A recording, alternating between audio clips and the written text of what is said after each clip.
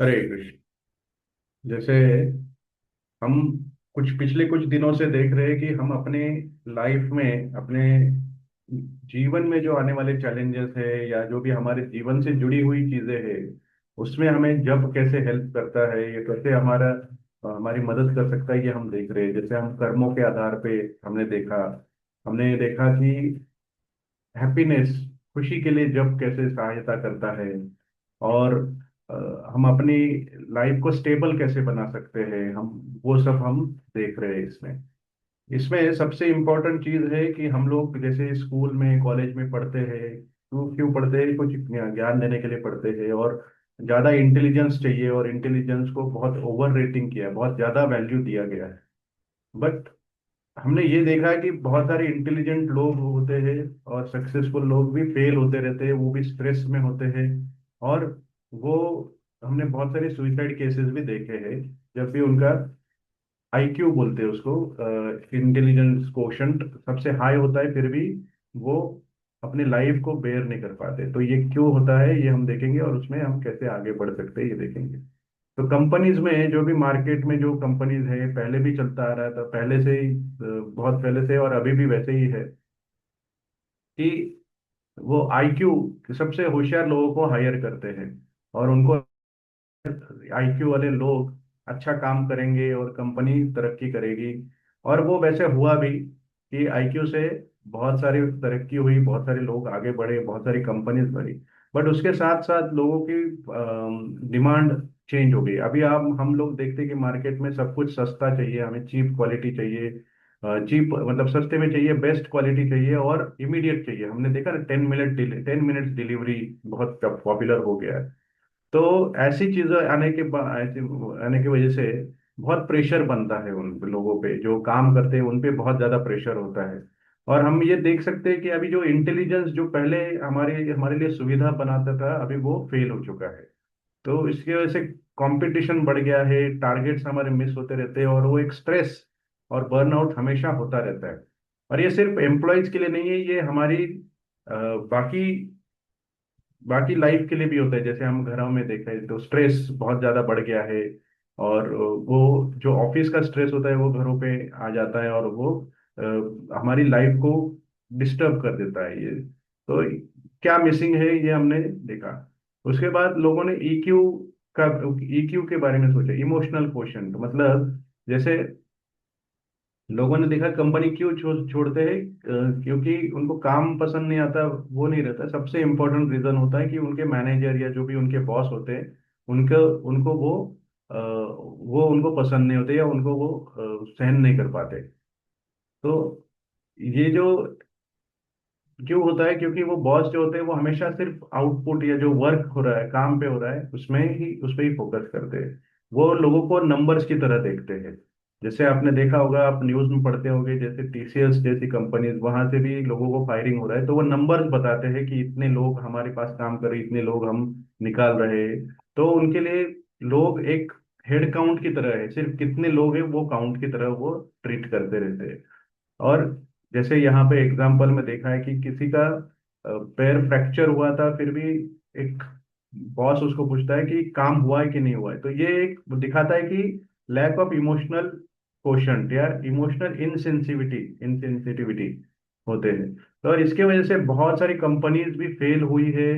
और बहुत सारी कंपनीज इस पे भी फोकस कर रही है। बट ये सोल्यूशन है इमोशनल कोशंट की? सिर्फ हम एम्प्लॉयज का इमोशनली ध्यान रखेंगे तो ही वो कंपनीज या जो भी हमारा काम होता रहेगा, तो वो भी सही नहीं है। तो सबसे इंपॉर्टेंट होता है स्पिरिचुअल क्वोशंट, एसक्यू।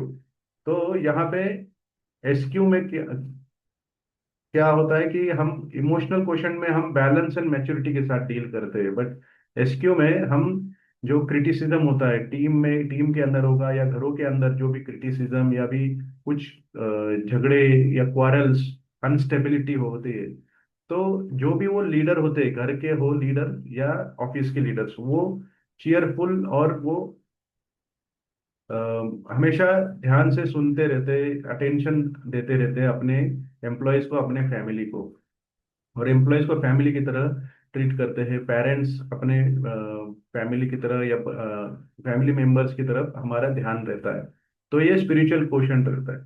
तो हम सिर्फ पैसा या सिर्फ भौतिक चीजों के परे उसको देखना पड़ता है, और फेयरनेस मतलब एक समतल समतल स्वभाव से उसको देखना पड़ता है। और बहुत सारी कंपनीज अभी उसमें ध्यान दे रही है कि वो कैसे होना चाहिए। और यही हमें भगवत गीता में भी सिखाया गया है कि भगवान ने टॉलरेंस मतलब सहिष्णुता, हम उसको बोलते हैं सहनशीलता, ये जो क्राइसिस सिचुएशन होती है उसमें भी सहिष्णुता हमें दिखानी होती है या सहनशीलता दिखानी होती है। ये भगवान ने हमें भगवत गीता में बताया इस श्लोक में। मात्रा स्पर्शस्तु कौन्तेय शीतोष्ण सुख दुःखदा आगमपायिनो नित्य शांत तितिक्षु भारत।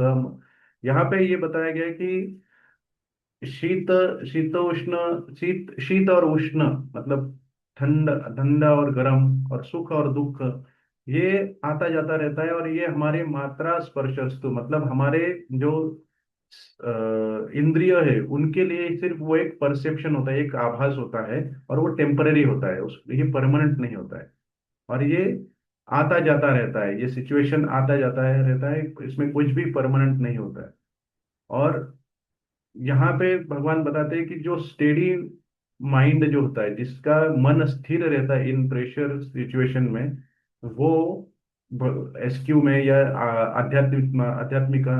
आध्यात्मिकता में आगे बढ़ता रहता है।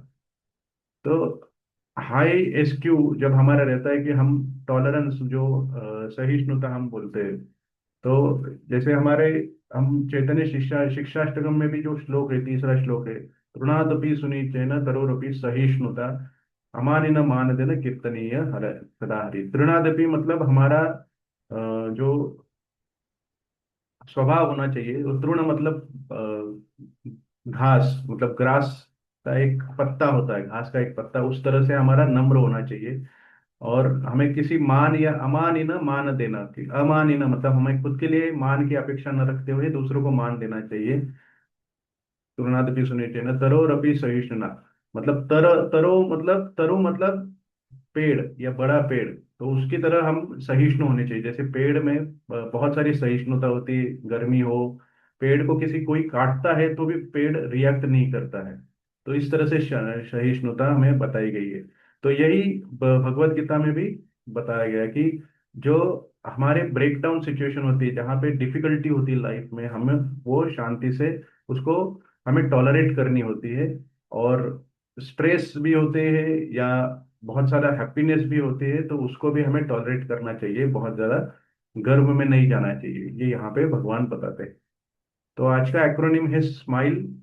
तो S for stability in crisis, M for maturity in behaviour, और ये कैसे आता है, I for inner strength by chanting, और लिसनिंग विदाउट ईगो। तो हमें लिसनिंग बहुत ज्यादा इंपॉर्टेंट है, हम आगे भी भगवत गीता में बताया भगवान ने। और E for enduring success unlocked, और ये जो सक्सेस जो होता है हमारा, जो भी फैमिली लाइफ में हो या प्रोफेशनल लाइफ में हो, ये सक्सेस हमारा अनलॉक्ड होता है। और ये यही यही एक्रोनीम से हमारा जो जो भगवत गीता श्लोक है वो भी रिएक्ट रिलेटेड है कि जो भी अप्स एंड डाउन्स हो, पॉजिटिव निगेटिव होता रहता है, हमें उसमें अ,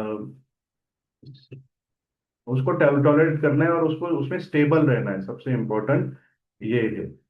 ठीक है, तो chanting Hare Krishna build this smile, तो हमें ये समझना है कि ये जो हरे कृष्णा मंत्र है, इससे हमारा मन स्थिर रहता है।